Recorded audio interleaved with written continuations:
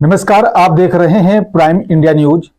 चलिए बात करते हैं बड़ी खबर की। गाजियाबाद मुरादनगर के अम्बेडकर पार्क में आजाद समाज पार्टी और भीम आर्मी के कार्यकर्ताओं द्वारा मान्य काशीराम जी के परिनिर्वाण दिवस को श्रद्धांजलि समारोह और संकल्प दिवस के रूप में मनाया गया।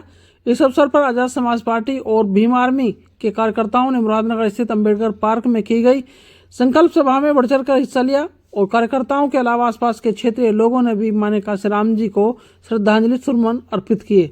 भीम आर्मी और आजाद समाज पार्टी के कार्यकर्ताओं ने अपने ओजस्वी भाषण में सभा में आए लोगों को संबोधित करते हुए क्या कुछ कहा, ये देखते हैं। गाजियाबाद से प्राइम इंडिया न्यूज के संवाददाता राज अम्बेडकर की यह रिपोर्ट। मेरे बड़े मेरे बुजुर्ग, आप सभी को मेरा क्रांतिकारी जय भीम।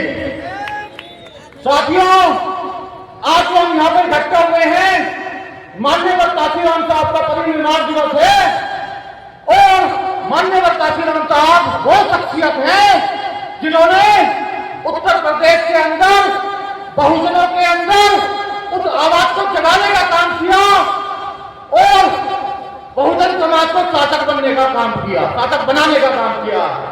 अपने जीवन काल में जितने भी संघर्ष उन्होंने किए, उनका केवल एक ही संघर्ष रहा कि 85% की जो आबादी है, ये बहुजन समाज की जो आबादी है, इसको एकजुट कर दिया जाए तो हम इस देश के हुक्मनुमा बन सकते हैं।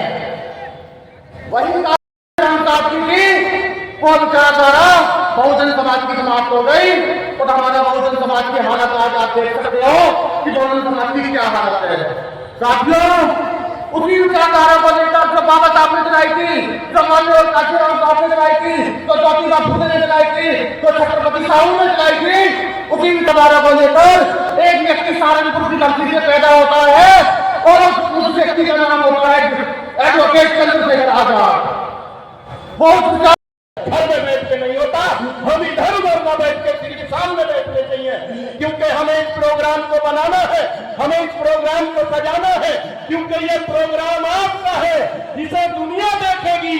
आज पूरे देश में, पूरी दुनिया में माननीय काशीराम जी को खिराज अकीदत पेश कर रहे हैं।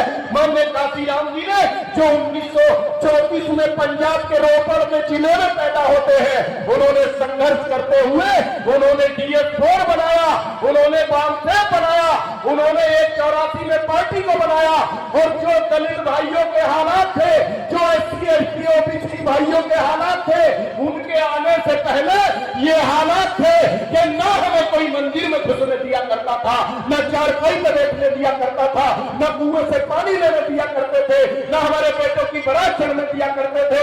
लेकिन माननीय काशीराम जी ने इतने संघर्ष किया, उन्होंने अपने पार्टी को बना करके सत्ता पे कब्जा कर लिया और जब सत्ता पे कब्जा कर लिया तो सम्मान घर पहुंच गया।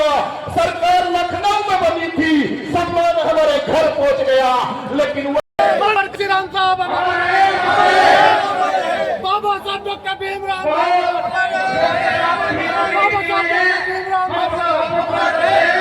फिलहाल मेरे साथ सिर्फ इतना ही। आप देखते रहिए प्राइम इंडिया न्यूज।